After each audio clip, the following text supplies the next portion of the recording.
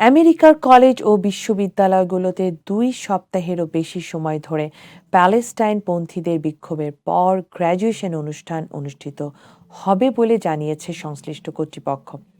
ফিলিস্তিনপন্থী বিক্ষোভের প্রভাবে গ্র্যাজুয়েশন অনুষ্ঠানে নিরাপত্তা উদ্বেগ আছে বলে জানান কর্মকর্তাদের উদ্বেগ বিশ্ববিদ্যালয়ের অনুষ্ঠানগুলোতে ইতোমধ্যে প্রভাব ফেলতে শুরু করেছে।